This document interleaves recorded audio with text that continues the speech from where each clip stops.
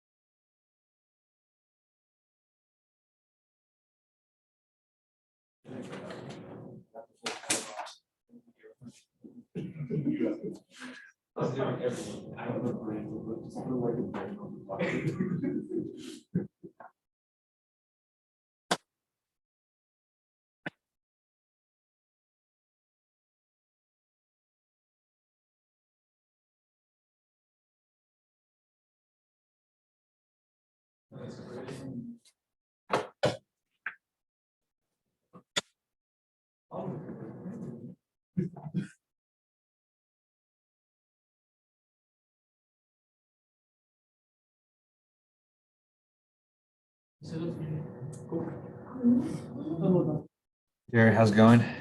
Rough day, rough day. Oh, really? What happened? How about you? Oh, sorry, what you ask? Oh, what happened today? Oh, just some rubber stuff. Oh, I see. I see. Dang. Interpersonal issues. I see. I mean, Yeah, that stuff's always hard. yeah. We always have drama in our department too. Really? Interpersonal issues. Whenever you get a group of people together, Of course. always would be something like that. Everyone has a personality. Yep. You gotta, no one meshes perfectly. That's right. Or at least, no one meshes perfectly, and it's definitely a group of people who do not mesh well. Unless they're all mean. What? Unless they're all mean. Well, yeah, if you have, I know, actually, no, that's not even true. For the last question, I do.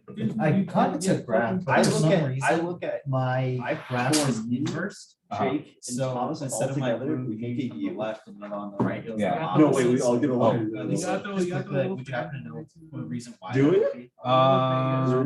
Because I Now- thought my back. I don't think you are for What? Yeah, it could be a many different things. You could send me your code. I could take a look. And I could probably, once I look at the code, I could probably see. So you send me your code after class, then I'll take a look. Yeah. How's your day, Dr. Karen? Oh, it's good. It's very wet today. It's very cold. I don't like it. It's rain kind of sucks. Oh, yeah. I don't mind rain, but I just don't mind when it's windy. Yeah.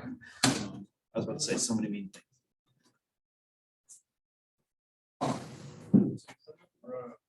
Yeah, we're saying. Is it It's dynasty? it's you, I'm your friend. Don't pay the taxes.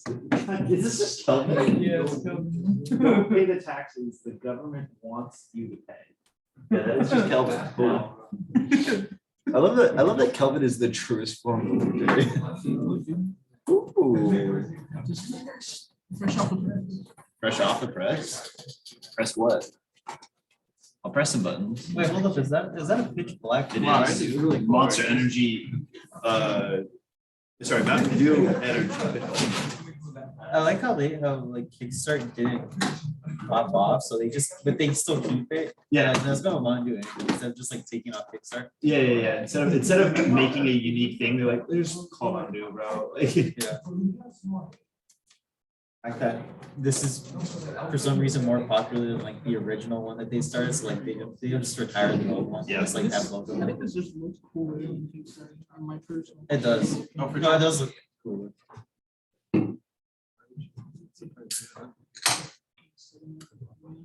Sediment at the bar. I was trying not to Because you laugh. choke. Oh, that's it. don't care? Oh, no, I do care. Like, don't look stupid. It tastes like an almond. Look at his nose. Stupid as a duck. That's the first thing I go. Yeah, don't do that. Yeah, I knew it. I knew it. I knew it. You like that was good. No, okay. Did Mr. Diamond agree to an iPad Pro? Yeah. And, Oh, okay. This makes some sense. what, Diamond? Yeah. Oh, I just don't know. I was trying to look for power. My last name. I get it. No, I didn't know your name. Oh, you No, Yeah, I just didn't know. I had this whole conversation with homeboy down, which I still don't know him. Yeah. In E21. Oh, It's man. a weird subconscious. Yeah, what were you talking about me? What's that? Why'd you say my name? Oh, I was saying, I was talking about the two psychological profiles, and then it was the concept is that the people that I care about, I would do things like, basically, like I remember the name, but also the beyond the stuff that I try to do, the 110%. So it's like I was saying, like for example, Jerry is a person who is a close friend of mine, who then I do my best to do everything I can for them. Yeah. Versus like the other type of person, which is they try to do a little bit for everybody. I just do the opposite. I do a lot for only a little. I see. Hence things like that. I Necessarily. don't really apologize care, for man. it. Yeah. There's nothing to apologize for. Yeah, it's one of those That's spots where somebody's it's like, name. I'd fake apologize if you care. Then it's But you don't. genuine. I don't care. Yeah, exactly. You don't care. Mr. Diamond, Gerardo. I was gonna ask you. Gerald. Do you know your last name? comes Yes, from? Daniel? Was your family take yours on? Yeah. My last name was given to me by God. He like just, this is it because you're That sounds amazing. like something wrong. It didn't work out, so it's okay. Because Jerry had to go to SI. That's why I'm asking questions. Jerry, it's all, it's The actually all Archbishop Jerry's is fault. just like It's God is- okay. Yeah. So, Okay, cool. interesting name. Yeah. Yeah. Hit the prophet of this time, But but like- like, this is not your name. I was so confused about, and you just called me.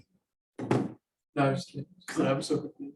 Oh, now Jerry. No, that was all those things. That's Yeah, you were getting it. You were cooking. You were cooking something. It was like maybe just chicken, and it's still wrong. but could have you- been alligator.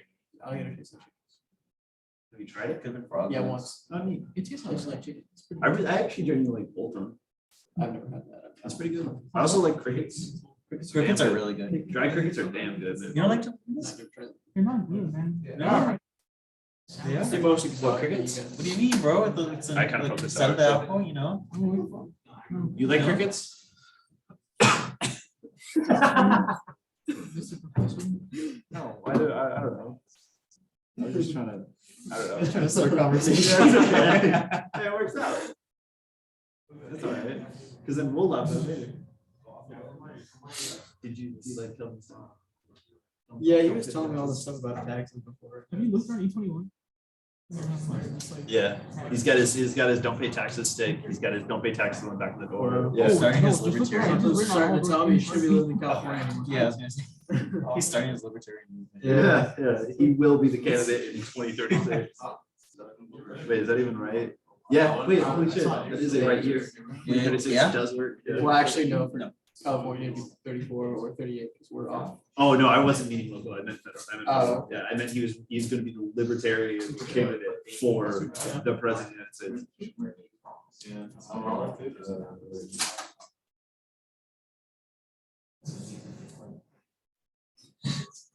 Professor? Yep. You got a message on Zoom. Thank you. It's just like an auto pop, like really. Okay. Hi, Monica. Yes, we'll talk about the midterm exam today. The graduate extra assignment will be coming at the end. Yeah, it's a little bit too early to kind of talk about it now because we have to learn a bit more, but yeah, I do know about it. Oh, geez, I forget the YouTube video. Okay. Oh, Jerry, how was the intro midterm? Got 100. Nice. You didn't write notes. Huh? You didn't write notes on. I cannot pay Yeah. the class ones.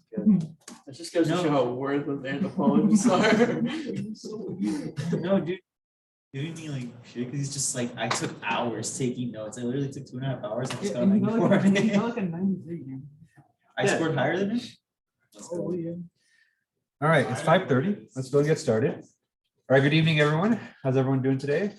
Pretty good. Everyone's staying dry and warm and not in the storm, hopefully. It's a crazy rain we're getting right now, but it's good. I mean, it's we needed the rain, you know, for drought reasons. So, you know, now there's rain so much, I don't feel bad showering more than 4 times a week. Okay. All right. So today we're gonna be continuing on with our lecture on convection. Okay. I know homework 2 was due last Friday, so I know that's kind of what everyone's working on. But just, you know, right after that's due, we have another homework out there. So homework 3 is posted. Homework 3 is, there's a lot less lead time on it, so you'll only have until next Monday to complete homework 3. The reason for that is because we have a midterm next week. Okay? So the midterm is going to be on Wednesday of next week.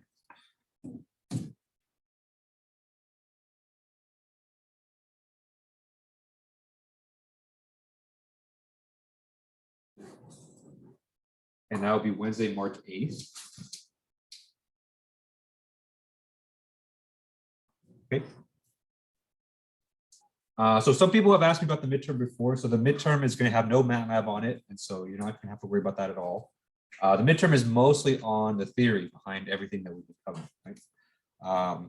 And so actually, you know, if you look at the last 2 homeworks, you know, the last 2 homeworks are pretty good indications of what you can expect. And so basically what I'm going to give you is I'm going to give you an equation on the midterm.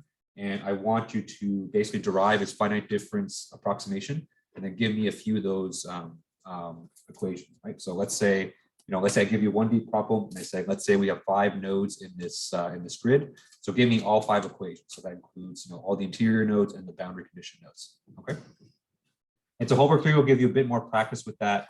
Homework 3 is kind of split. So I know homework 2 is kind of, you know, there's a little bit of mix of everything, but homework 3 is split where problem 1 is a conceptual question. Problem 2 is a theory question. And so that's, you know, problem 2 is kind of what you can kind of expect to see on the midterm. And then problem 3 is math. Okay. And so if you were to focus on something from homework 3, I would focus on problems 1 and 2, because that's what you're going to see the most on the midterm. Okay.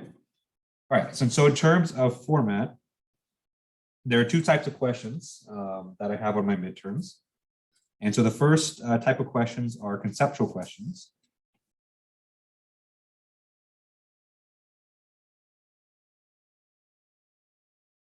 So conceptual questions, those usually take the form of a short answer question. And so I'll ask you about some kind of concept and you answer it in about 2 or 3 sentences. Okay. So this constitutes about 40% of the points.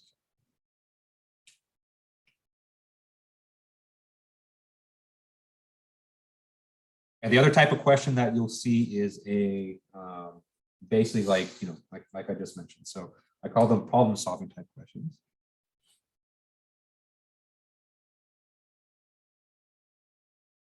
This class is a little bit different because, you know, there's not much we can do by hand, but I at least want you to demonstrate on the exam that you understand the theory. You know, you understand, you know, how to take a differential equation and get a algebraic system out of that. Okay, so this will be 60% of the points. Okay. In terms of what you can bring to the exam, you can have a single sheet of notes, so a single cheat sheet. Okay, and so that cheat sheet can be 8.5 by 11, you know, just a regular piece of paper.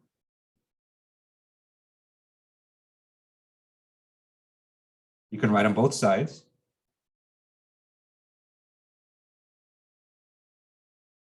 You can write it, you can type it, whatever you want.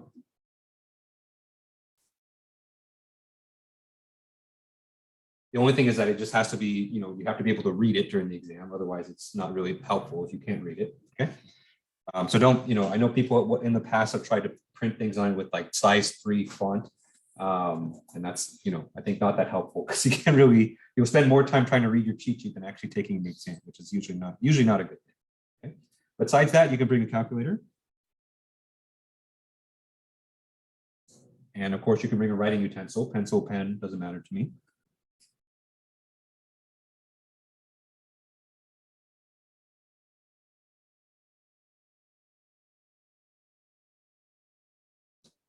So those are the 3 things that you can bring for the exam. And of course, if you have water or something, you can bring that too. Okay. All right. And so what else am I providing? So I'm going to be putting out a study guide probably tomorrow morning.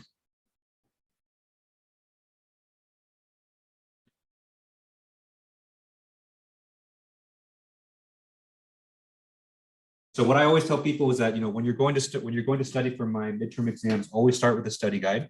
And so the study guide, I think, you know, I think it provides a good outline in terms of what I expect you guys to know for the exam, especially the conceptual part. And so what you'll see on the study guide for the conceptual part is that I list out basically all the learning objectives that we've covered so far.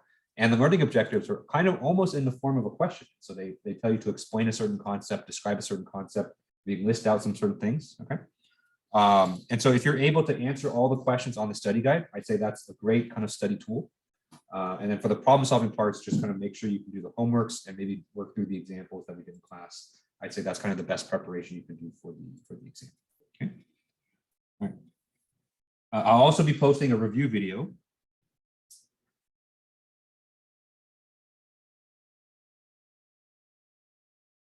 I'll probably film this on Monday morning. So it is a little bit late, but unfortunately, I record these on Fridays, but this Friday I'm going to be out of town, so I won't be able to do that. So I'll be recording this on Monday and then posting it kind of immediately after.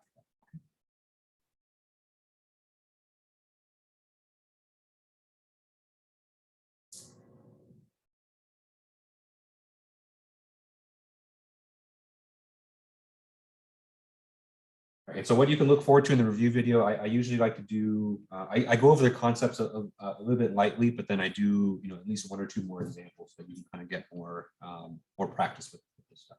Okay. All right, and so, you know, we're in for a busy couple weeks. So, you know, we have homework 3 that's out there that's due Monday. And the reason I have it due then is so I can post the solutions, you know, to help you guys study for the exam. And then we have our exam next Wednesday. Question, yes.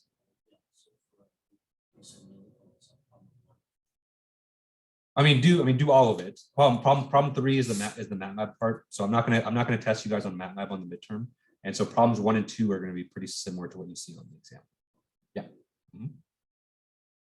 Yes, question. Any specifications on if a certain type of calculator is not allowed? It doesn't matter to me. Whichever you want. Yeah, you're not going to be solving any algebraic systems. And so I think that's the primary reason people would want like a graphing calculator. You're not going to be solving any of those. I just want you to set up the system. And I basically just look at the matrices, make sure all the coefficients are the right values. So yeah, you basically only need it for basic. Any other questions on the exam or homework 3? All right, so your homework 2s, I know you guys all turned it in, so I need to grade that. So I'll be grading that this week, probably tomorrow, and then I'll be posting the solutions to that afterwards. Okay, so you'll have that to study for as well. Okay. Oh, questions. How many questions will there be on the exam? Well, there will be 4 problems, but in terms of the number of questions, so problem 1 is going to be short answer, but I anticipate there will be probably 4 short answer questions. So problem 1 will be, you know, have 4 parts. And then there will be 3 other problems which will have kind of multiple parts as well. Yeah, so 4 problems in total, but they all have multiple parts. And so, you know, the amount of questions is something like, yeah, probably something close to like 10 or 11 or 12, something like that. Okay, any other questions on the exam? Okay, all right, let's go ahead and pick up where we left off then. And so we're learning about convection with finite differences.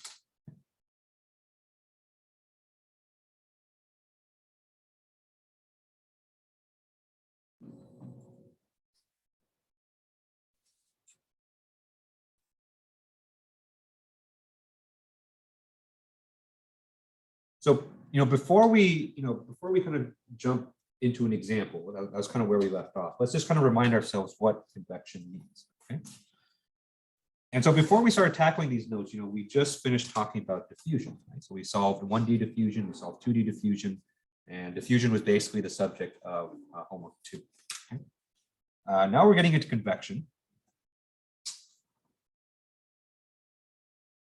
And so if you recall from last Wednesday, convection is basically the forced transport of a material or a quantity via a moving fluid. Okay.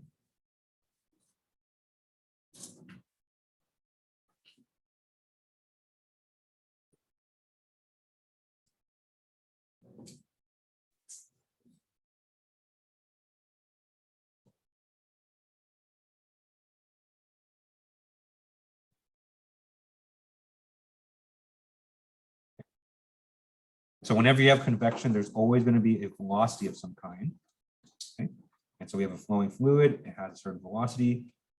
In 1D, we call that velocity u. Okay.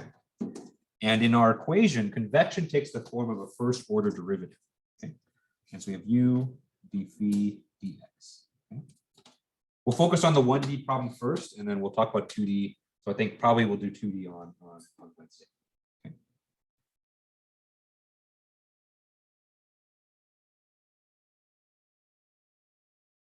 All right. And so what you're going to see now that in our differential equations, we're going to have we're still going to have our diffusion term. So diffusion, you're still going to have a second order derivative in our equation, but now we're going to include this first order derivative as well. Okay. And in the example today, you'll see kind of what effect that has on the solution. Okay. But the main thing that we were talking about last time was the fact that, because convection is modeled with the first order derivative, we have quite a few options in terms of, how we choose to discretize this. Okay. And so if you think back to when we first learned about finite differences, I think in week 2 this semester, when we talked about first order derivatives, we could, apply 3 different schemes to it. So we can either do central difference or difference or backward difference.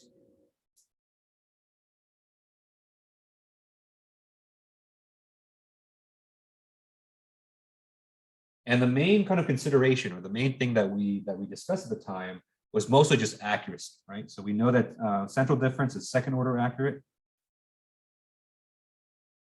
or difference is first order accurate, and backward difference is first order accurate as well. Okay.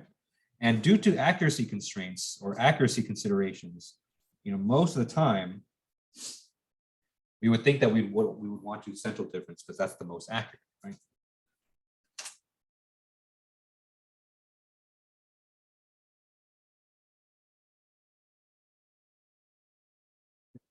It's usually the higher order of accuracy that you have, second order, third order, fourth order. You generally want that because that means your solution is more accurate.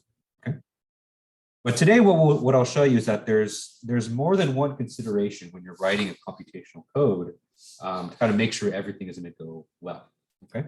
And so the kind of the focus of today is going to be on stability. Okay. So we're going to talk about what stability means, what it looks like when you're unstable, and what are ways that we can do to make sure that we don't have an unstable solution. Okay, so that was just kind of a recap from Wednesday. Are there any questions on this? Okay. All right, so let's jump into an example then. All right, so this is going to be a 1D example. And so what we want to do is we want to solve for the solution to the following equation. So we have 3 e squared phi dx squared minus, or saying let's do equals, oops, 75 d phi dx minus 8x. Okay. So this is the equation that we want to solve in this example. All right, so before we go to solve anything, let's label the parts of this equation just so we know kind of what everything is. Okay? So first, let's look at the second order derivative term. Okay, so this is a term with a d squared phi dx squared. And so because it has a second order derivative, this is our diffusion term.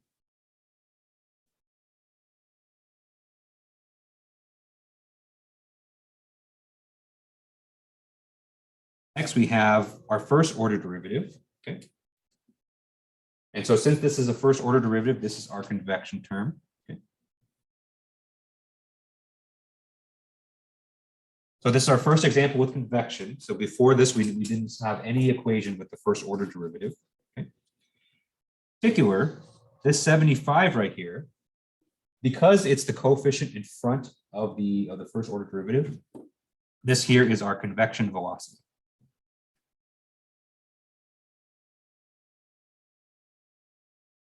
Okay. And that's going to be important kind of very, very soon.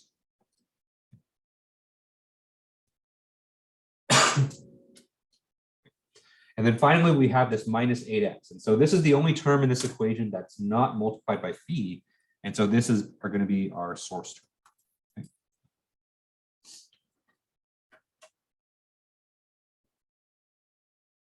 All right. So I think, whenever we introduce a new aspect to the equation, so that's basically what we're doing here, is we're introducing a new type of term. I think it's always good to kind of step back and label these terms just so that we know, what each term means. Okay.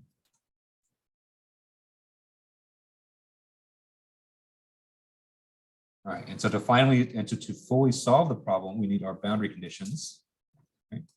I'm just going to keep it fairly simple here, just because I want to illustrate just the effect of convection. And so let's say that we have a Dirichlet boundary condition on the left, and so phi of 0 is going to be equal to 0. Phi of 1 is going to equal to 1. Okay. All right, so let's go ahead and solve this equation. And so this is a 1D equation, an ordinary differential equation. So this is another one that we can actually solve by hand. Okay, I'm not going to go through that process because it's a little bit tedious, but just know that we can solve for the exact solution. Okay, and this is going to be useful for us because when we start to solve this with finite differences, we can actually compare our finite difference solution to the exact one. And so our exact solution in this case, it's a little bit ugly. We have 589 divided by 625 divided by 1 over e to the 25 minus 1 times e to the 25x minus 1 plus 4 over 75 x squared plus 8 over 1875 x. Okay. So a little bit ugly. So when I was writing these notes, I wrote this equation thinking that like, oh, this doesn't look so bad. It's like whole numbers, but then when you actually go to solve it, it becomes kind of a mess. But that's okay.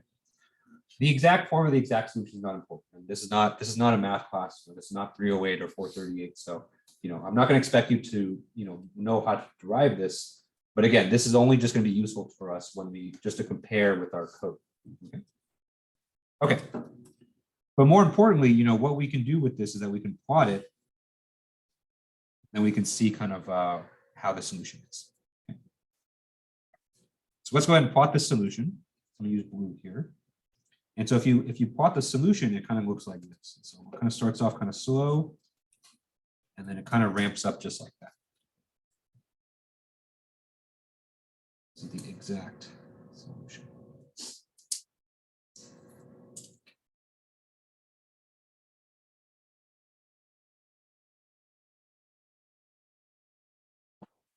All right.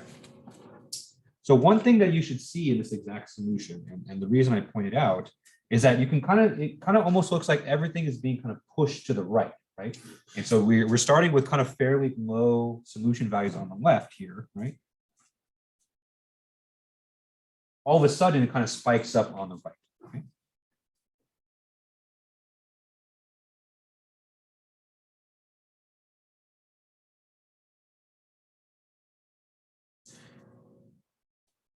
The reason for that kind of has to do with the physics of the problem. Okay? And so if you recall, our boundary conditions are, we start at 0 on the left, and then we end at 1 on the right. Okay? And so if we say this right here has a value of 1,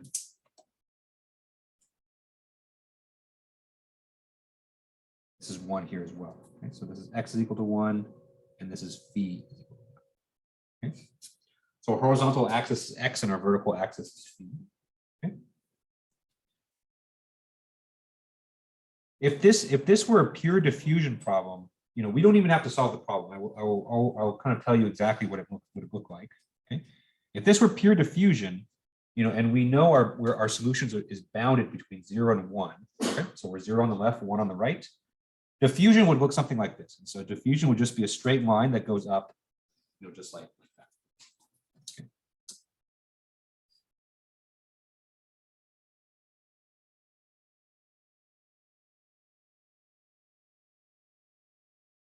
Remember we talked about on last Wednesday. So diffusion basically signifies, or diffusion models just kind of a steady change, right? So it's kind of equal dispersion in all directions. Okay. And so when you have equal dispersion in all directions, you get these very nice kind of steady changes from one condition to another. Okay. Because of the convection, because we have a velocity that's going this way, okay. So we have u is equal to 75 going that way. It kind of like pushes, if you kind of visually see it, kind of pushes the solution over to the right. Okay. So compared to pure diffusion, we're kind of pushed over to the right, just like that. And that's the effect of the moving fluid. So the moving fluid is going to kind of push. It really looks like it's kind of pushing the solution over just like that. Okay. All right, so I wanted to plot this just to kind of show you, because when you're solving these kind of complex equations, especially in MATLAB, it's always good to have kind of this physical kind of visual intuition behind what's going on, so that you can kind of look at your solution and kind of say like, oh, does this look right or not? Okay. It sounds very finicky, but I think that's probably the most valuable skill that you can have as a computational engineer, is to look at your solution like, does that look right or does that look not right? And so it's useful because it helps you find out where the bugs in your code are. All right, any questions on this? Yeah. Purely out of curiosity, is there a relationship between the range of values that are low and the range of values that begin to increase? Yeah, no, it's a good question. So when I say kind of low and high here, it's just relative to this particular problem. And so because of the Dirichlet boundary, we know that we're bounded between 0 and 1. Okay. Like there's no way for the solution to kind of go past that. Okay. And so high in this case would be 1, which is the max, and low would be 0 in this case. But for other problems, high and low can be totally different things. For sure. Yeah. And then the range of X values that are involved with that, is there any relationship there, or is it just kind of to the right? Yeah, it's just to the right. So just like same thing. So our solution here is bound between 0 and 1. And so I picked 0 and 1 just because it's relatively simple, but that depends on the problem as well. Yeah. Any other questions on this? Okay, all right. So let's start looking at the finite difference solution. Okay.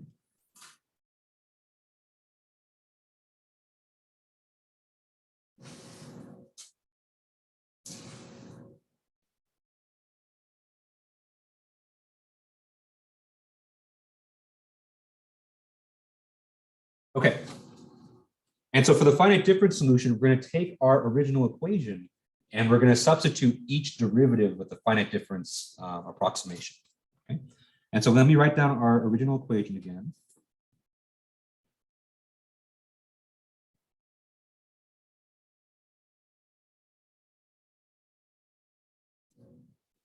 Okay. So that's our original equation. So you have 3d squared phi dx squared is equal to 75d phi dx minus 8x. Okay. Let's take each derivative here and replace it with the finite difference. Okay. Let's start with our diffusion because we know exactly what our diffusion term is going to look like. And so we have 3 multiplied by phi plus 1 minus 2 phi plus phi minus 1 multiplied by delta x squared. Okay.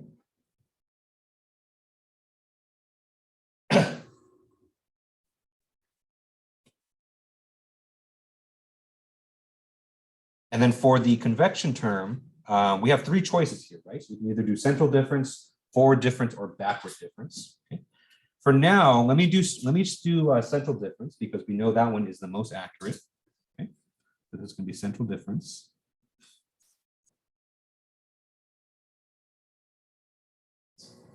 Okay. And so central difference, we're going to have phi plus 1 minus phi minus 1, all divided by 2 delta x. Our source term, there's no derivative there, and so we don't need to discretize it, and so we'll just do minus 8 xi.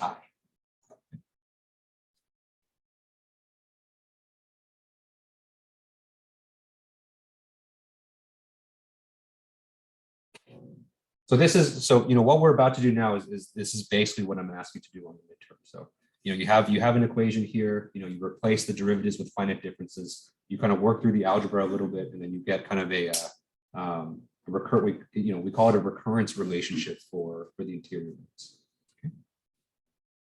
Okay, so let's go ahead and simplify this. And so what I'm going to do is let's move all the phi terms to the other side.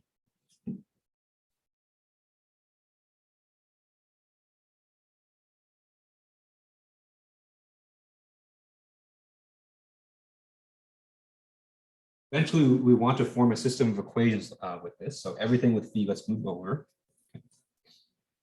And another thing I'm going to do is just to get that delta x squared out of the denominator, I'm going to multiply equation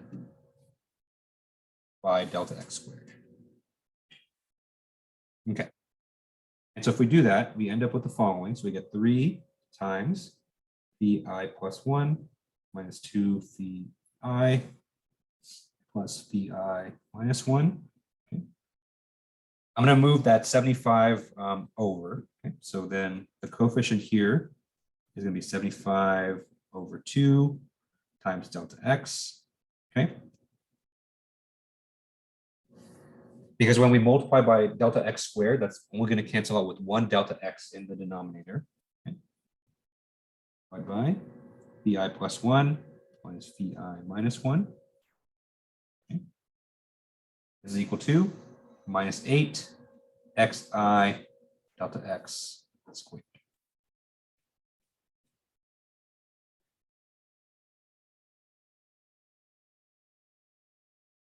Okay.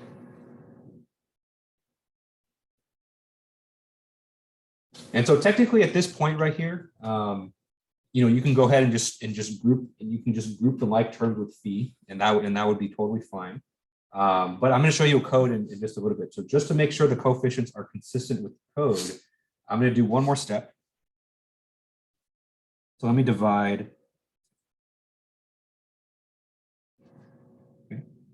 Just to kind of isolate that diffusion term, because I want to, that part's still the same. So I want to, give you something familiar to look at in terms of that.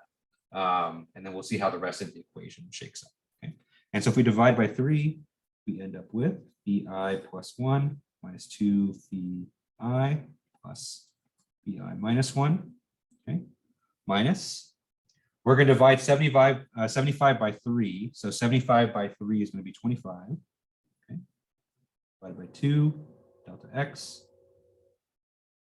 phi I plus 1 minus phi I minus 1 equal to minus 8 over 3 xi delta x squared.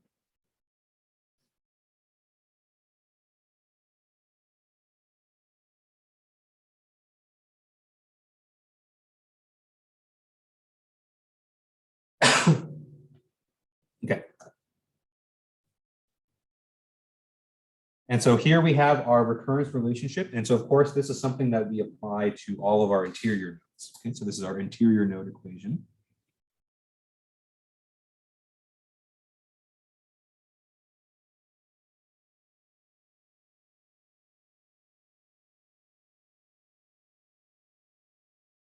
And of course, we're in order to complete this, we also need our boundary condition equations.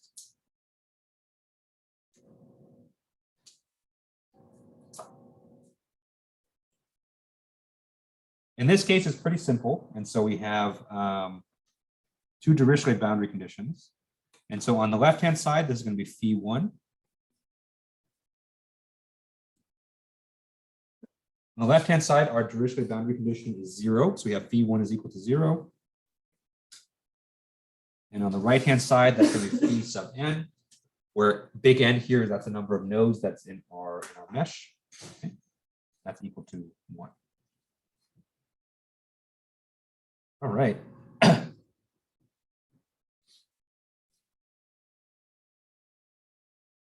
And so to obtain all of our algebraic equations, what you would do is you'd plug in different values for I, right? And so our first interior node would be I is equal to 2. Okay. Okay. And so to get all the equations, you plug in I is equal to 2, you compute all those things, you get your equation, okay? And then however many interior nodes that you would have, you find an equation for all of those. Okay. So I'm not going to go through those motions just because it's just a lot of writing, but I did want to show you kind of how this shakes up. Okay. And of course, the big addition here. So if you remember from our diffusion unit a couple weeks ago, all that we would have would just be the first term of the parentheses, right? And then we use that to build our equations, build our matrices, and then that's that. Okay. Now, of course, we have some newcomers. Okay. And so we have all of these guys that come directly from the convection. Okay.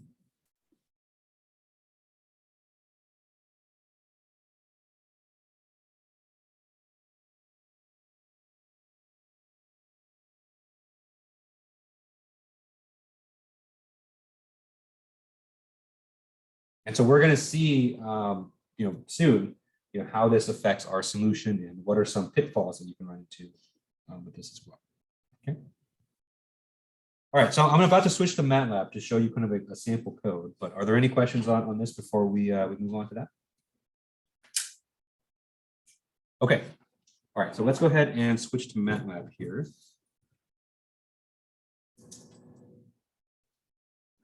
And of course, I forgot to open it, so let me go ahead and open MATLAB first. Opening.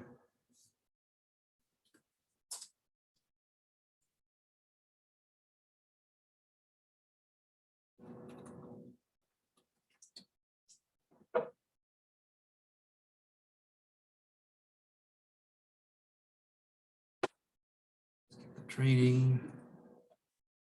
Billionth time. It's important, but it also gives our president a raise. And 2 years ago when it happened, the president's office contacted me directly saying that it's important the president gets his raise, so you need to do your training. So it said he can contact me again if he needs me to do that training. Some president that's retiring. Yeah. Yeah. Mm-hmm. He got his raise and he's peacing out. Yep. It's real fun. Okay. All right. So this code is posted on Canvas. Okay. And we're going to go through this. Okay. All right. So let's talk about this code here, and let's talk about its kind of its relationship to kind of what we just covered. Okay. And so first we have our section 1 here. So remember our section 1, what I'd like to do is just define all the variables that we need. Okay. And so the most important thing that you should see here is our n value. Okay. And so our n value is 7. And so this defines the number of nodes in the grid. I'm not going to add much to this code, so I would rather you guys just kind of sit and kind of just listen. Okay. And so, because it's already all done, and so there's nothing really to add to it. And so I mostly just want to highlight some features to it. Okay. So n is the number of grid points. We have our position vector here. We have our left-hand side matrix. So A here is our left-hand side matrix, and B is our right-hand side vector. Okay. Usually I'd like to use LHS matrix, RHS vector, but I think when I wrote this code, I was just a little bit lazy. Okay. Okay. And so here we have U0, U1. This here is the left side boundary condition. This is the right side boundary condition. Okay. This vel here, of course, this is our convection velocity. And this V is visc. Here is our diffusion constant. Okay? So this is basically the coefficient in front of our second order derivative. Okay? Sometimes I call it visc, so that's short for viscosity because if you look at Navier-Stokes, the viscous term is basically your diffusion term, and so sometimes you'll see me do that. I try not to just because it's a bit confusing, but that's where it comes from. Okay? This PE variable we'll talk about a little bit later today, but this one is important. And then we have our main loop here, okay? And so what we're doing in this loop is we're assembling the linear system. And so of course, this is gonna be for all of the interior nodes, okay? And so our interior nodes we're gonna start at 2, and we'll go to n minus 1, okay? And what you should see here is a very familiar kind of pattern that we had before. Okay, so first we have the diffusion terms. And so for our diffusion terms, we have our familiar pattern of -2 on the diagonal. And then we have a +1 on the off diagonals.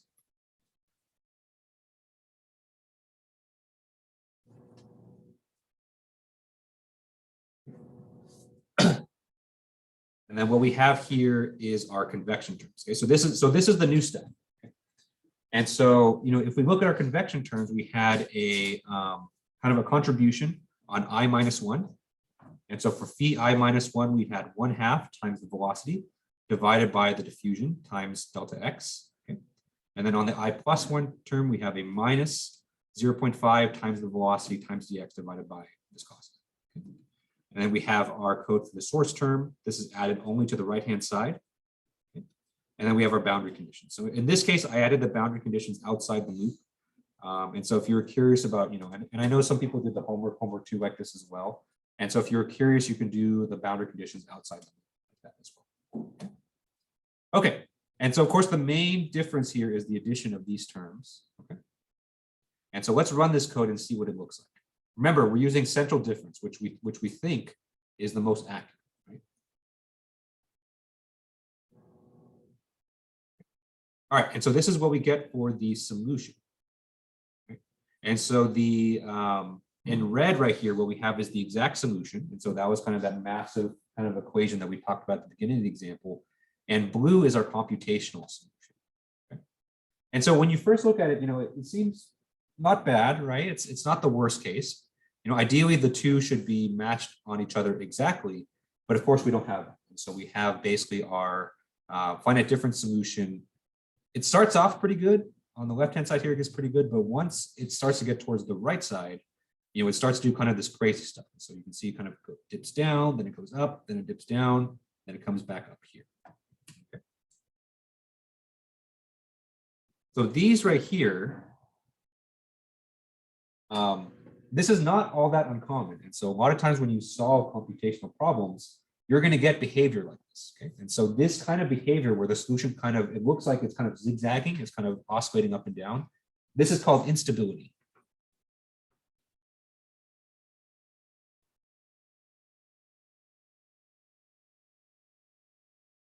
Okay.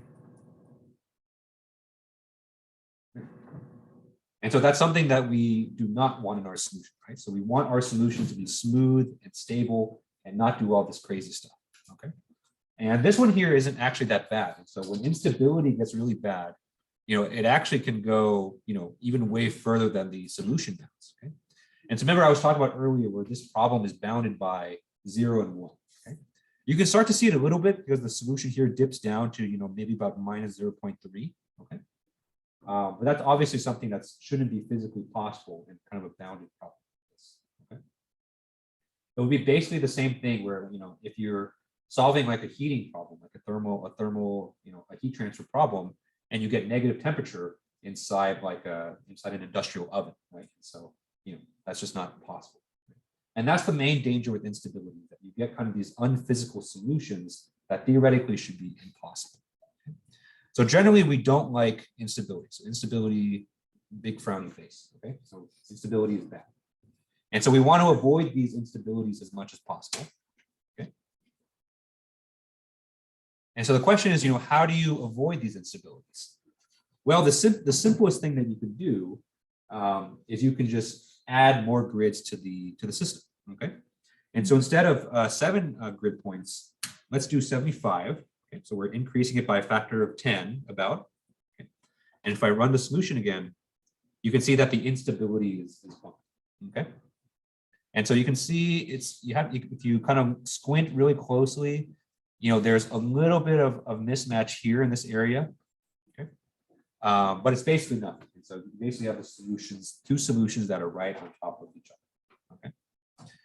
So that's the first thing you can do to get rid of instability, is just, increase the resolution of your mesh. And that's generally the first thing that people try. But sometimes you're going to be in a situation where that's not possible, where it's not practical to increase the resolution of your mesh. Okay. And so the question is kind of what can you do in those situations to prevent instability from happening? Okay, any questions on this? Yes. So this is with using central difference scheme. So if that's the case where you have to up the resolution using central difference scheme, at least in this situation, would it be a correct assumption to say that when we use other ones, we won't have to up the resolution, but have to do something else? Correct. Yes. Yeah. So you'll see in a minute. So we're basically what we're going to do is we're going to replace the central difference with backward difference. And so that'll give us a more stable solution. And so we won't have to worry about kind of unphysical results, but we kind of trade something off because we know backward difference is less accurate. And so if I basically did the same thing, so we did, we can do two tests. And so we can do a test with backward difference at 7 nodes. The first thing that we did, we'll see the solution is stable, which is good. But then if we do the same test at 75 with backward difference, we may not get as close matching here because it's not as accurate, right? And so, a lot of times you're going to have to do this trade-off between stability and accuracy. All right, any other questions on this example here? Okay, all right. So that code is posted for you, so you can definitely play around with it. Use it as your guide for the homework for sure. Okay, so homework 3. I think for homework 3 too, I posted some starter codes to help you out with the MATLAB stuff too, just because I only gave you guys a week to do it. Okay. But definitely check that out when you get the chance. All right, so let's bring back the iPad.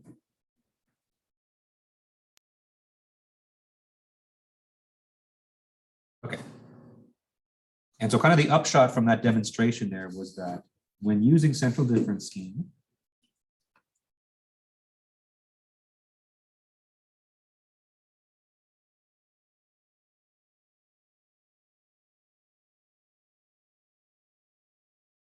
for the convection term,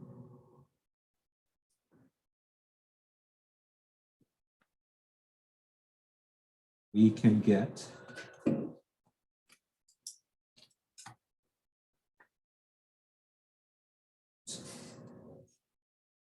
screen.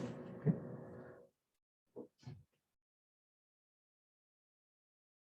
We can get unstable solutions if our grid isn't fine enough.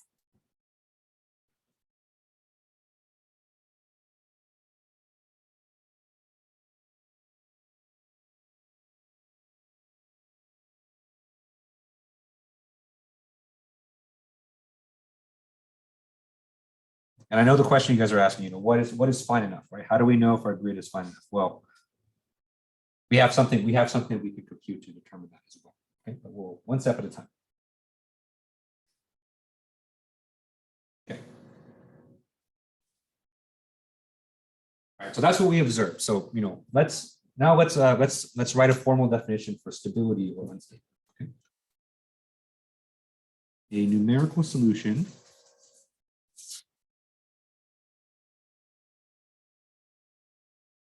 is unstable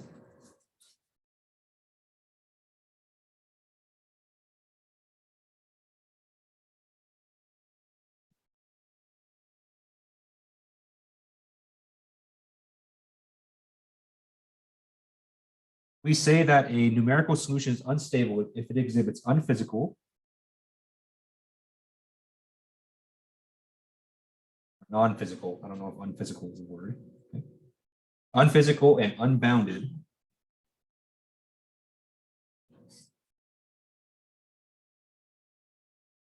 oscillations.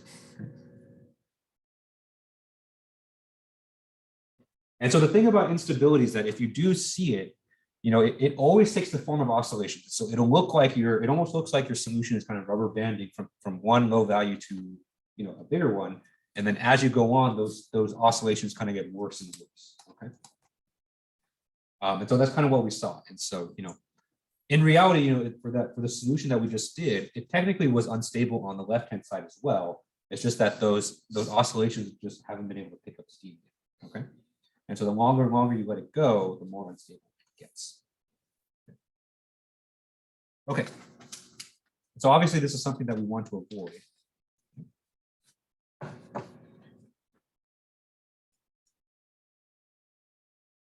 And so one thing we can do, just like we mentioned, so one way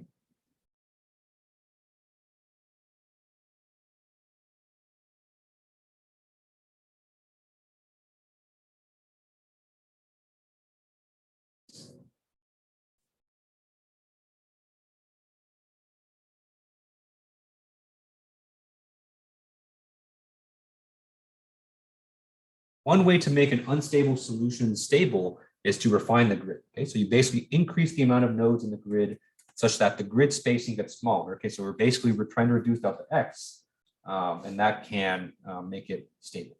Okay, and in fact, there is actually a way to determine what's the most ideal grid size.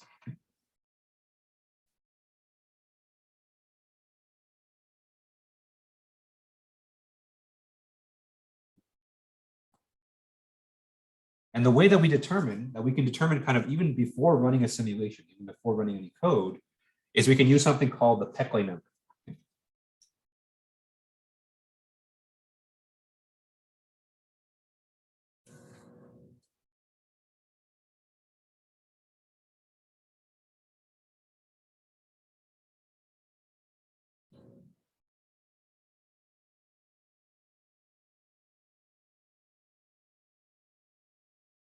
Okay. And so the Peclet number, this was that PE variable that you saw in the code. Okay. The PE is computed as you take the convection velocity, you multiply by the grid spacing, delta x, and you divide by k, which is the diffusion constant. Okay.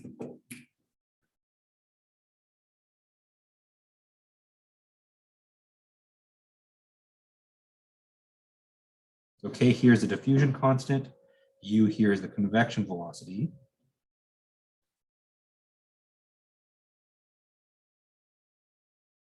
So usually those two quantities are fixed, right? And so for a given problem, the diffusion constant is just whatever the diffusion constant is, and the convection velocity is just whatever the convection velocity is, right? So usually you don't have control over those ones. What you do have control over is the grid spacing, okay?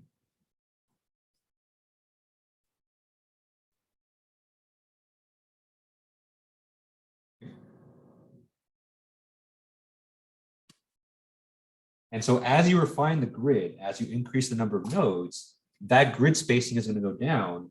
And then subsequently, this Peclet number is also going to go down as well. Okay.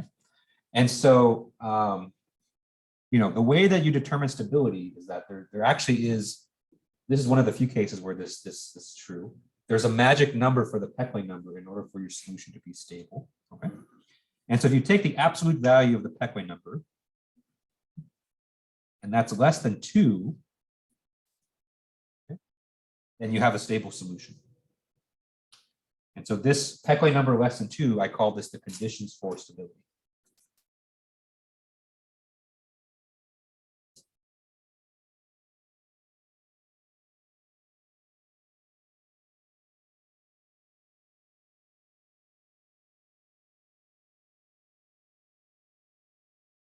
All this is for central difference.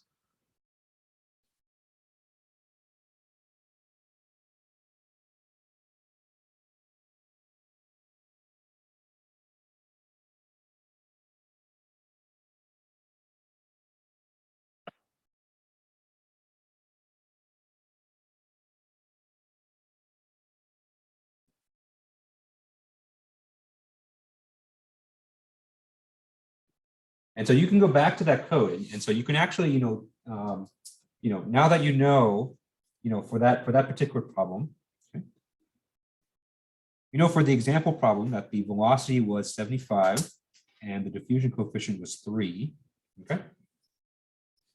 So what you can do is that you can say that, in order for us to have a stable solution,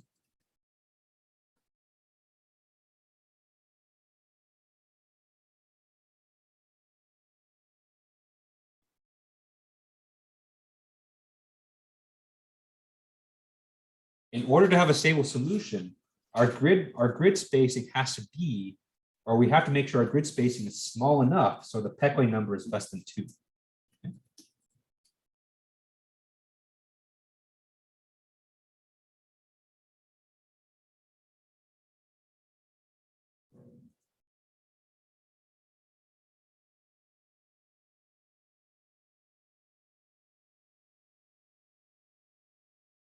And so you can compute this, right? And so you can take this relationship.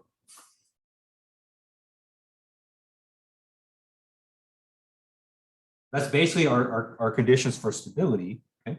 Let's solve this equation for delta x. Okay. And so if we solve this for delta x, we get delta x has to be less than 2K divided by U. Okay.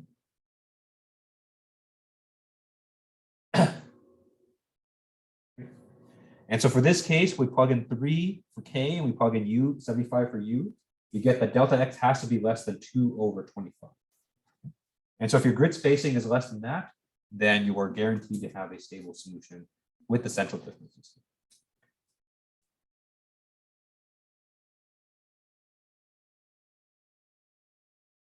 So that's why in the code, you can see that I compute the Peckley number, because that's essentially what we're doing.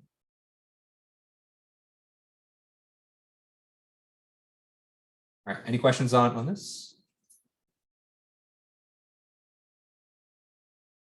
Okay. All right, so that's the first option, okay? And so if you have an unstable solution with convection, you can just, refine the hell out of it, okay? That's kind of the term that we use.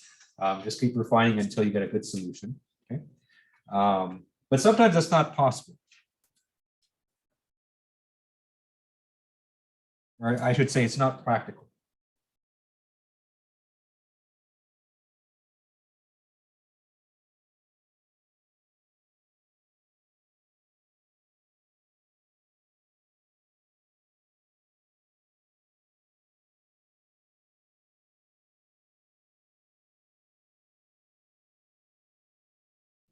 Because what does refining the grid do? So refining the more you refine the grid points that you add, it's going to increase the cost of your simulation, right? So more grid points means more equations, and more equations means more to solve when you're running your code.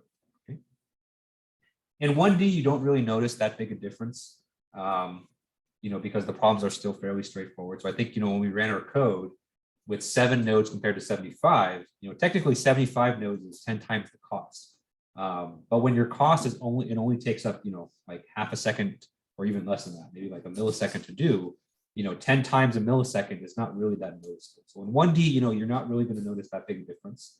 But where it really starts to matter a lot is in, multi-dimensional problems like 2D. You'll definitely see difference in 2D. And then when you do more practical problems in 3D, right, you can't just say, in your 3D mesh, let me increase the number of nodes by a factor of 10, okay? Because that's going to, probably take your simulation from finishing within an hour to a few days. And so that's usually not something that you can do. Okay? And so, in these situations, we have to rely on other methods or other ways to get a stable solution.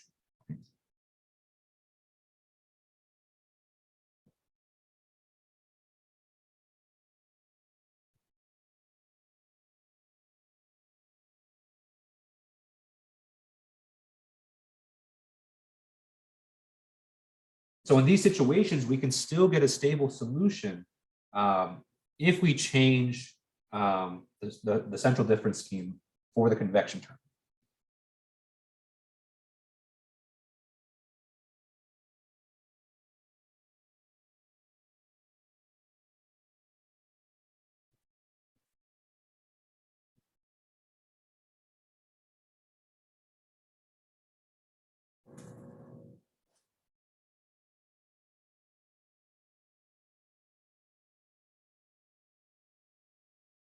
And so we're going to introduce a new technique called upwinding.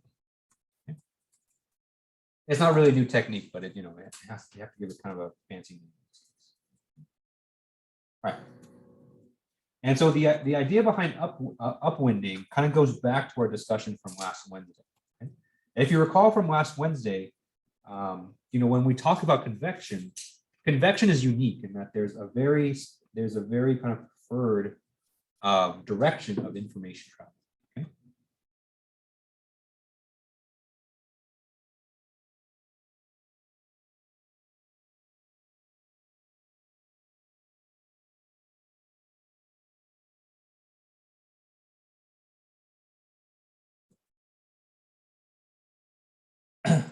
And so if we draw it out, okay. In this case, we have convection velocity. Here it's going to the right. Okay, so this is a positive velocity. Okay. Here we can say that information is traveling from left to right.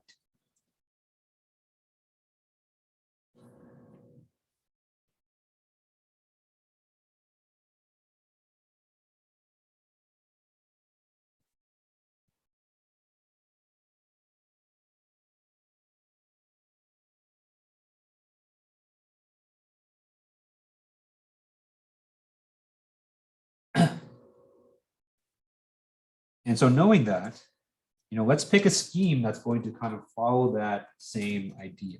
Okay. And so let me draw this this graph again.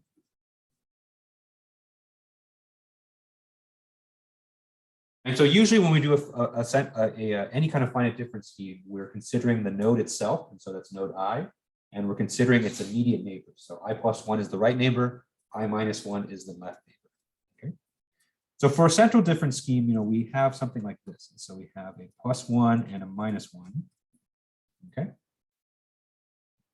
And so the idea with central difference is that it's balanced, right? So we have kind of equal weights on our two neighbors, right? So we have an equal weight on the right, an equal weight on the left.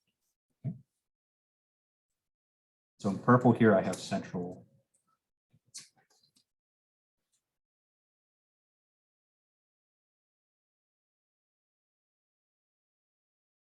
But as we just saw, if you use central differencing for convection, sometimes you end up with an unstable solution. Okay. The reason for that is that, remember, ultimately what we're trying to obtain here is an expression for the derivative at node I. Okay.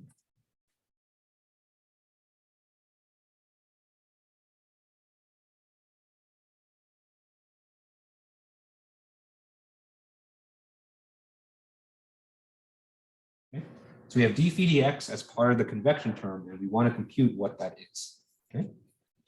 With the central differencing scheme, what we're doing basically is we're requesting information both upstream and downstream from the flow. Okay. So this right here, assuming that the velocity is going this way, okay. The fact that we have a coefficient of 1 there means that we're requesting information downstream of the flow.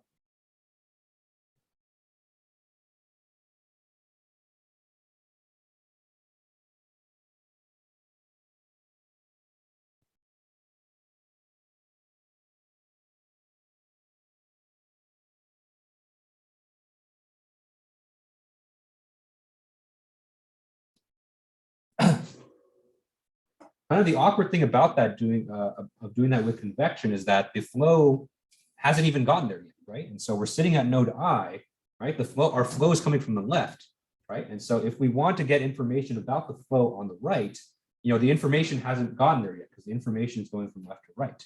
Okay. A more natural way to do this would be to use, in this case, a backward difference scheme. So a backward difference scheme would look like this. Right here, I have backward difference.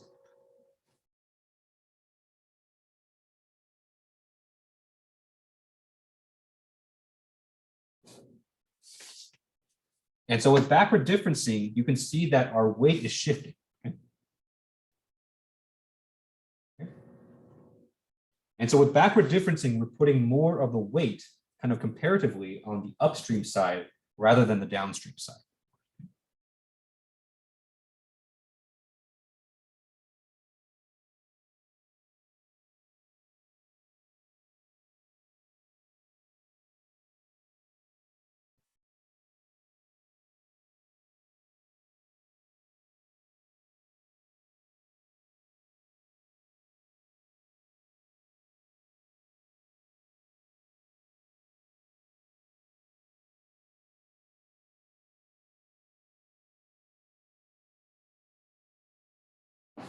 Okay.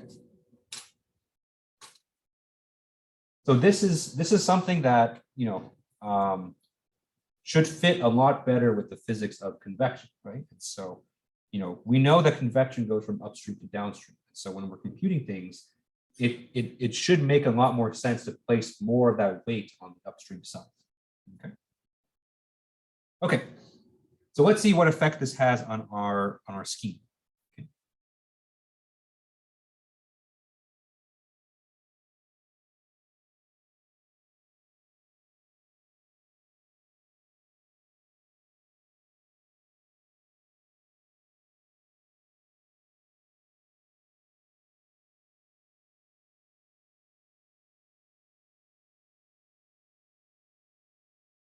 So let's rewrite our interior equation with this backward difference scheme.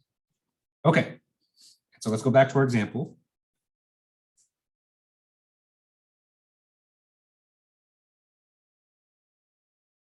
And so in our example, first thing that we have is our diffusion terms. Okay, so this is not going to change.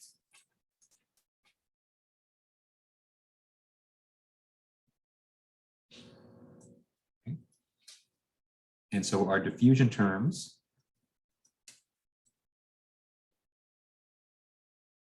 they're still the same.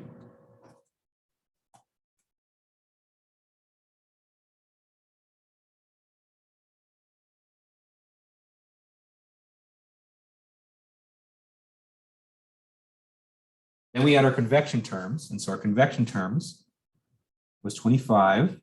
I got rid of the divided by 2 because one of the, because remember when we do forward and backward difference, we don't have that divide by 2. Okay.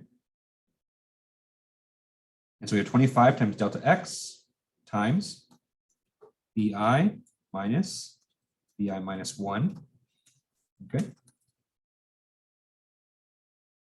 So basically what we did was we input this.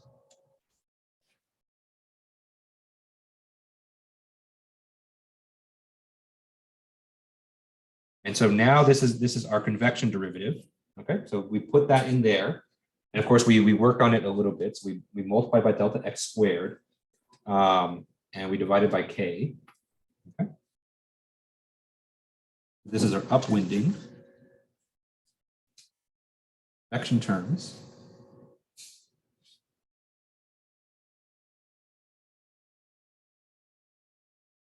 And then on the right-hand side, we still have the same things. And so our source terms still remain the same.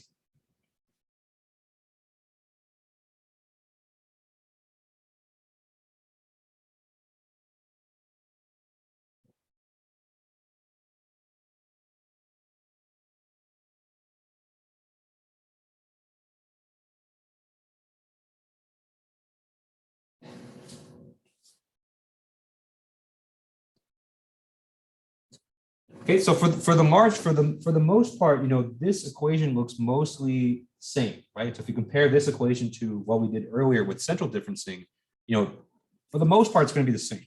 Okay. Of course, the big difference is going to be in this term right here. Okay. Instead of using a central difference, which is phi I plus 1, we replace that with backward difference, which is phi I. Okay. And of course, there's a divide by 2 out in front here that's not there anymore. So this is our new Fourier equation.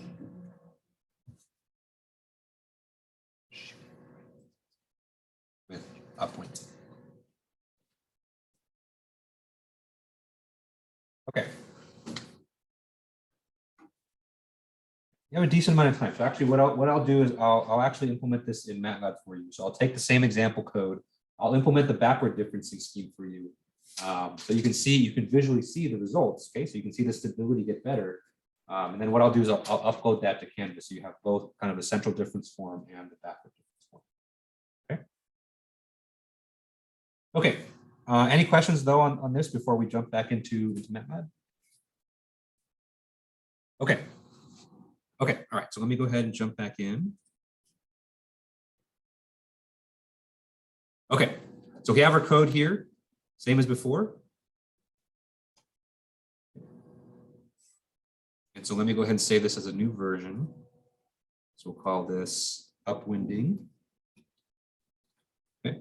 Just so I can upload this onto Canvas afterwards. Okay. And my focus is going to be on these terms right here. Okay. Let me just comment this out. Okay, just so that we can kind of see the difference. And so let me do convection terms. And so this is backward difference. Okay. And so they look very similar to up here. So let me go ahead and copy this. Let me get rid of the 0.5. We don't need that anymore. Okay. The big difference is going to be here. And so instead of I plus 1, replace this with I. Okay. So what we did was we replaced the I plus 1 term I due to the backward difference. Okay. And of course, we got rid of the 0.5 as well. Okay, so let me set this back to 7. Okay. And so I'm going to run a simulation here with 7 nodes. Okay. And if you recall, when we did this with central difference, we ended up with an unstable solution. Okay. But if what I'm telling you is correct, by switching to this backward difference scheme, we should get a stable solution, although it's going to be less accurate. Okay. All right, so let's go ahead and run the code. Okay. And you can see the difference here. Right?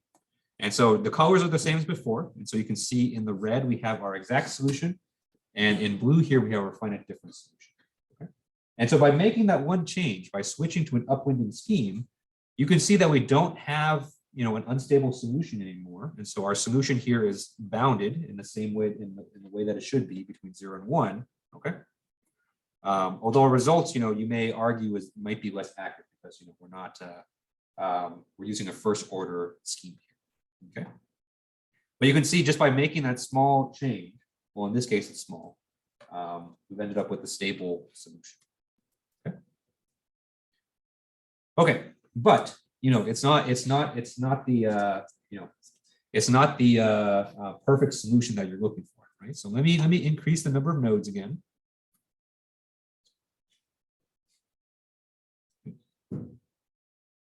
And let's see the results. Okay. And so this is the results with 75 nodes. And so if you remember, when we used our central differencing scheme, we actually ended up with a closer result, because you can see here that we have quite a bit of separation here. Okay. And so the finite difference solution and the exact solution are not kind of fully on top of each other, which for the central differencing scheme, they basically work. Okay. So this is kind of the trade-off that you have to kind of contend with when you're dealing with stability. Okay. On the one hand, you can just use a straight up central difference scheme. I think for most people, that's kind of the easiest thing.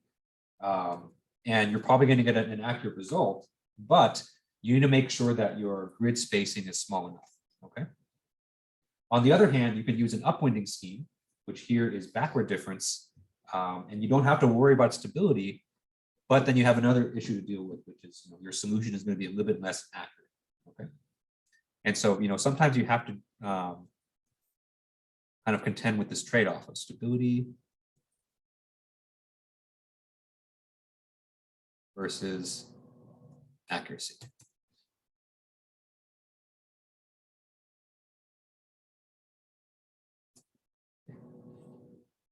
It's like I'm a serial killer. Yeah. With a mouse is rough. I don't have a lot of space here. This platform is just big enough for the keyboard. So, but you can read it. That's the important thing. Yeah, you don't want to wake up with this stability versus accuracy written in blood on your wall. Maybe I'll use blue more often because it's anything written in blood. I don't think you want to wake up there. that is the very best. That is true. That is true. Very true. All right. Okay. So that's stability kind of in a nutshell. Right? Any questions on this? Okay. All right. So for the last 5 minutes, just a few more kind of cleanup points. Okay. Probably most important thing, and some of you may have picked up on this already looking at this code. Kind of the convention that I'm using in this code is a little bit different. Okay, if you compare this to our straight up diffusion code, the code would look something like this, right?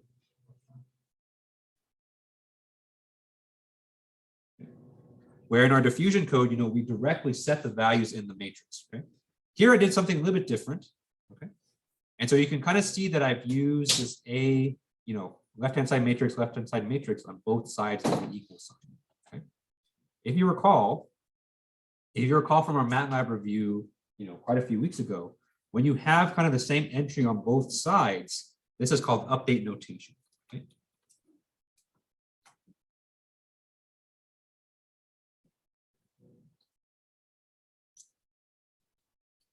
Okay. And so you'll see this quite a lot in this class. Okay. And remember the benefits of update notation is that we don't delete or we don't erase kind of what was there before. Okay. Remember, the point of update notation is that, by having the same entry on both sides of the equal sign, what we say is basically that the new value at this location is equal to the old value there minus a modification here, okay? And this is important because, when we're doing, considering both diffusion and convection, we're making multiple changes to the same location of the left-hand side matrix, okay? And so you can see here that we're making a change at I comma I, which is the diagonal entry. And then we're doing it down here again as well, okay? So we're phi I has a modification for diffusion and convection, okay? And so whenever you're making multiple changes to the same matrix entries, you want to use this update notation to make sure that you don't delete what was there before, okay? Because if we got rid of all these, to show you really quick, I won't upload this one to Canvas. Okay, and so if we got rid of all those, then basically when we run this part of the code right here, it's going to overwrite what we did up here. Okay, so it's going to be like diffusion doesn't exist. And so we can run the code and you can see that, I don't even know what that is. Okay. Right. And so when you're writing code that makes multiple modifications, you want to make sure that you use this update notation. Okay. Okay. Other small point too is that you can see here that we use backward difference. Okay. The reason we use backward difference was that our convection velocity was positive, right? So our convection velocity went from left to right. What if you had a negative convection velocity?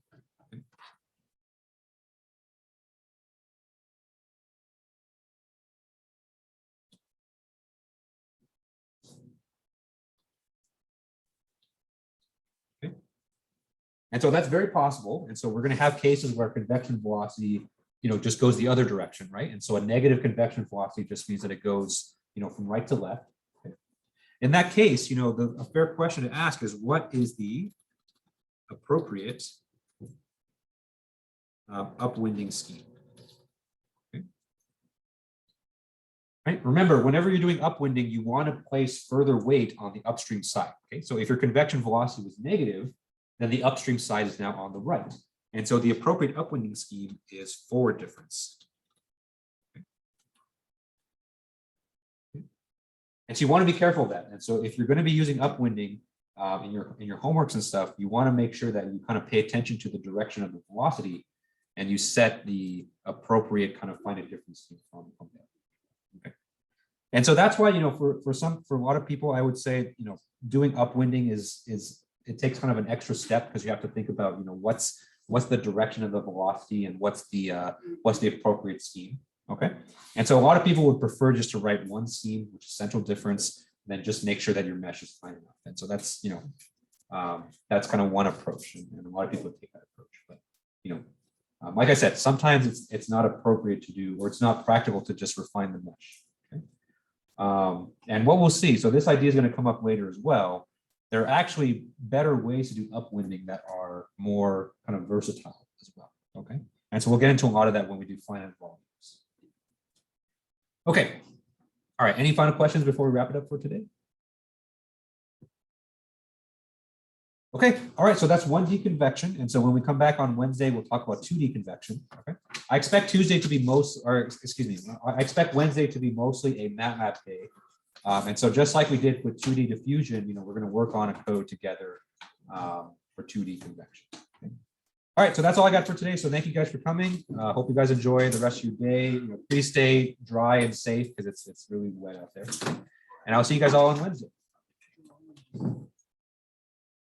You said that, dude. You really said that. What's up? You didn't hear? Go what? I said that. No, just made that up. Probably right I'll see you at the meeting later. When did this happen, by the way? Dude, I have to tell you, it's so fucking funny watching him type and watching your face. So this is it. It's like yes. Every 3 seconds, I just That's saw your essentially eyebrows twitching because you were This guy, like, no background, no way. wait. Oh, yeah, no, I think all of us universally agree that. So the second order is one that has the, No one stops it. Yeah. Yeah. So second order is like Three. I plus one, I minus one. Oh, okay. Anyway, you guys have a good night. Like back like 4 weeks ago, when we talked about your sway and stuff. So I think works. Kind of reminds me It's of more the video on accurate the Gauss. than the graph Is itself. that somehow One is related? less Because it point. seems like. It is, yeah. Gets the So actually, approximation we, of difference. Oh, you thought like the it weight. gets it Like gets the the algorithm. difference. Yeah, yeah, of yeah. the It was like a- approximation and the I saw a video execution. explaining it, and they did like a, it was actually transfer When I based. interpolate that. And they explained how there was like a usually on like the left side, and how it starts at the left and then Yeah. it'll kind of go. in No, a it does, yeah, different way. you're basically saying if you have, It was like, if you have a I guess very, upwardly, like the same thing, because if you have a very basic renumber, exact like, the solution, nodes, it starts at 1, 2, 3, 4, you get a completely closer renumber them. approximation and it's like on the in left that side, same and one's like all the way on amount the of right, that it steps. like Yeah. slows it down. than the exact, So just off the basis of. four, Exact. Yeah, yeah. Started at Yeah, 1, seven. and there's I no was- like I was writing those. boundary Just conditions. was Yeah, yeah, saying, but I like, guess the that's a difference scheme between if there's, like, no central force. difference Right. scheme might not be the best. So we're So gonna do a that's variation. basically- of So you just that. gonna When we start to use Wednesday. No, I Okay. just, So when I'm using you'll the see central that scheme, but I when just tackle solve a it. time derivative, I solve can't it, really- I solve for like the difference between time is. the exact solution Yeah. and every So we're gonna use like a possible. And I variation of interpolate. the Gauss-Seidel. Gauss-Seidel is, and I would say, is probably the Works. most, one of the more common kind of time integration schemes. Yeah. But it's a little bit complicated to do. So actually, we're gonna do a kind of simpler form of Gauss.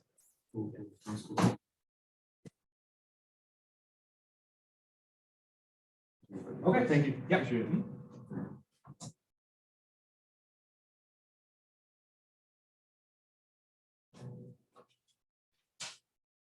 Yes, it would be negative because the velocity goes from right to left. Yeah. Mhm.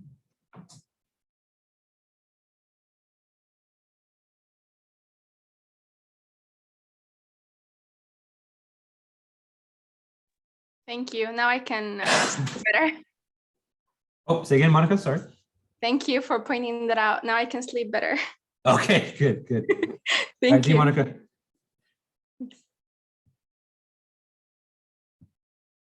One last question. Yep. You guys were